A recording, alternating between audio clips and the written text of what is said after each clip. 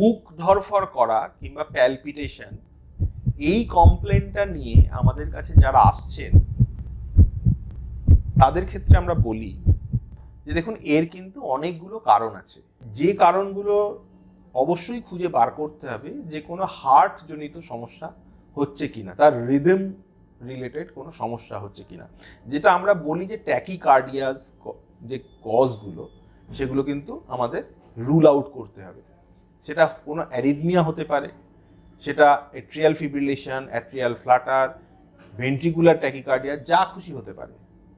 এখন সেগুলো কিন্তু একটা সম্যক এবং খুব তাড়াতাড়ি ডায়াগনোসিস না করলে সেটা কিন্তু প্রাণের জন্য হানিকর হতে পারে।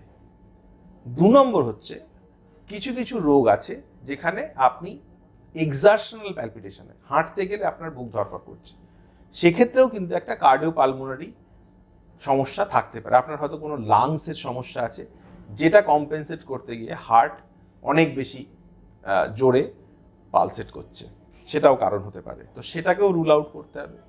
3 নম্বর, কখনো কখনো দেখা যায় যে আপনাদের রক্তে হিমোগ্লোবিনের মাত্রা কম আছে, সেই সময় আপনি প্যালপিটেশন অনুভব করছেন। 4 নম্বর যেটা, এগুলো পার করে যখন আমরা আসছি, যখন কোনো থাইরয়েডের সমস্যা, এগুলো সমস্যাগুলো যখন আমরা রুল আউট করে দিচ্ছি, তখন একটা প্যালপিটেশন কিন্তু একটা কখনো কখনো দেখা যায় যে আমাদের মানসিক কারণেও হয়।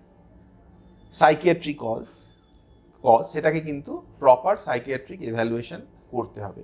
অ্যাংজাইটি নিউরোসিস বলে যে রোগটা আছে, যেখানে আপনার যে কোনো কাজে একটা খুব অ্যাংজাইটি, সামান্য কাজে খুব অ্যাংজাইটি হচ্ছে, আপনার পরীক্ষার সময় তো অ্যাংজাইটি হচ্ছে, আপনার হয়তো একটা কোনো সকালবেলা কোনো একটা টাস্ক করতে গিয়ে অ্যাংজাইটি হচ্ছে, কেউ একটা বাড়িতে আসবে শুনলে অ্যাংজাইটি হচ্ছে, এইটাকে যখন, এতেও কিন্তু প্যালপিটেশন হয়। সেক্ষেত্রে সেটা একজন সাইকিয়াট্রিস্টকে দেখানোই সব থেকে বুদ্ধিমানের কাজ হবে।